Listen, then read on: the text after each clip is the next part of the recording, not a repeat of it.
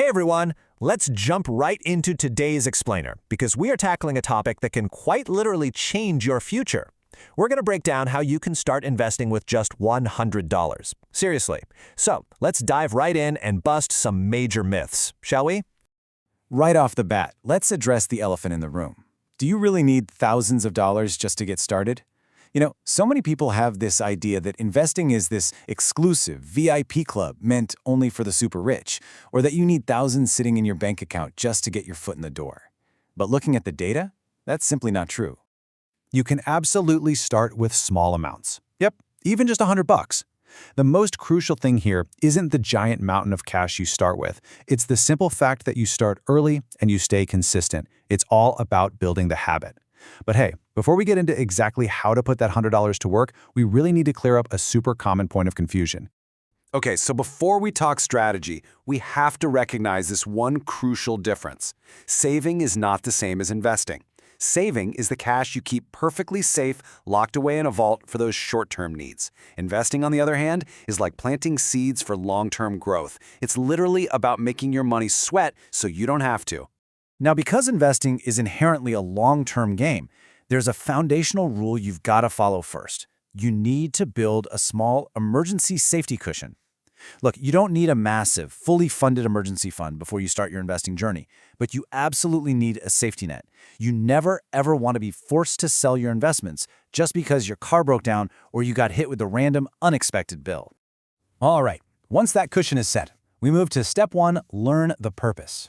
The big takeaway here is that you are not doing this to get rich overnight. Real investing takes patience. It's about building wealth slowly, over time. If you ever see someone promising guaranteed, lightning-fast profits on social media, be incredibly careful. That is almost always a massive red flag and a highly risky trap. Which perfectly brings us to step 2, choosing a simple investment. For beginners, our sources highly recommend the ETF, or Exchange-Traded Fund. Think of an ETF like a basket of many different stocks. Instead of putting all your hard-earned money into just one single company, which, let's be honest, can be super risky, an ETF lets you invest in dozens or even hundreds of companies all at once. If one company in the basket has a rough day, the others can help balance it out. It is basically instant diversification. Next up is step 3. You actually need a place to buy these ETFs, right? So that means opening an investing app or a brokerage account. In places like Canada and the US, there are tons of beginner-friendly platforms out there. But here is the critical part to remember. Before you choose your app, always check the fees, the account types, and the investment options they offer. High fees act like an invisible wealth-eating monster, quietly gnawing away at your returns over the years. Okay, with your account open, we reach step 4. Start small. Remember our starting number? You do not need to drop a ton of cash all at once. You could do $25 a week, or maybe $100 every month.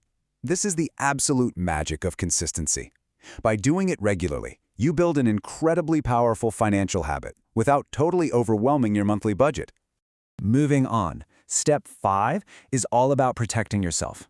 Avoid risky mistakes. Please do not put all your money into one trendy meme stock, and absolutely do not blindly follow random social media tips. Also, and this ties right back to our safety cushion, never invest money that you actually need for your rent and bills. Oh, and expect the market to go up and down. It's completely normal. So when it inevitably drops, just breathe and don't panic sell. Let's look at step 6 and see how all this builds. You really have to think long-term. Investing works its absolute best when you just give it time to breathe and grow. Seriously, small amounts can eventually turn into massive, life-changing amounts because of a little mathematical miracle. And that miracle? It's called compound growth. Basically, this means your initial money earns some returns, and then, here's the secret sauce, those returns also start earning their own returns over time. It's exactly like a snowball rolling down a hill. It gathers more and more snow, getting bigger and moving faster the longer it rolls. As our source material so profoundly highlights, investing $100 just once might not feel like a huge deal today, but doing it every single month for years, that activates compound growth, and it turns into an unbelievably powerful force for your financial future. And finally, step 7, keep learning. Look, you don't need to become a Wall Street expert by tomorrow. Before you start investing larger amounts of money, just take it step by step. Learn a bit more about risk, understand how different ETFs work, and read up on diversification and fees. Just keep feeding your brain. So let's put this entire playbook together in one place. Know the difference between saving and investing, build up that small emergency cushion, choose simple, broad tools like ETFs, open an account, but watch those fees, stay completely consistent with your deposits, avoid the panic and the trendy, risky mistakes, think long-term to capture that sweet compound growth, and keep learning every single day. If you stick to this checklist, you are already way ahead of the game. Real quick, before we finish up today, just a friendly reminder that this explainer is meant purely as educational content to help you wrap your head around the concepts of investing. It is not personalized financial advice, and you should always consider your own specific situation before making any big money decisions. Ultimately, the goal of investing isn't to wake up rich tomorrow morning. It's to slowly, steadily build a bulletproof financial future. That first $100 is more than just cash. It's the spark that ignites your new wealth-building habit. So I guess the only question left is, are you ready to start? If this explainer helped clear things up for you, make sure to follow Cash Control 360 for more simple, actionable tips to save, invest, and grow. Keep learning, keep growing, and I'll catch you on the next explainer.